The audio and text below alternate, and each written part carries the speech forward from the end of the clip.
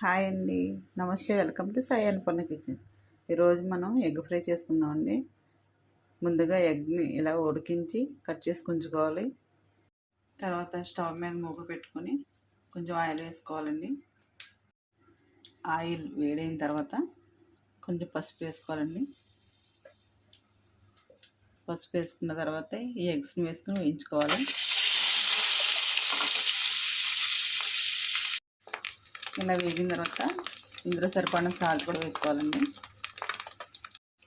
అలాగే ఇందులో కొంచెం ధనియాల పొడి కూడా వేసుకోవాలి. అలాగే కొంచెం కారం కూడా వేసి 2 నిమిషాలు కలుపుకొని వేయించుకోవాలి. ఓకే అండి, ఎగ్ ఫ్రై అయిపోయింది. వేరే సర్వింగ్ బౌల్లోకి తీసుకుందాం. ఓకే అండి, ఎగ్ ఫ్రై రెడీ అయిపోయింది. వేడి వేడి అన్నంలోకి చపాతీలోకి చాలా టేస్టీగా ఉంది ఈ ఎగ్ ఫ్రై. మీకు నచ్చినట్లయితే లైక్ చేయండి, షేర్ చేయండి, కామెంట్ చేయండి.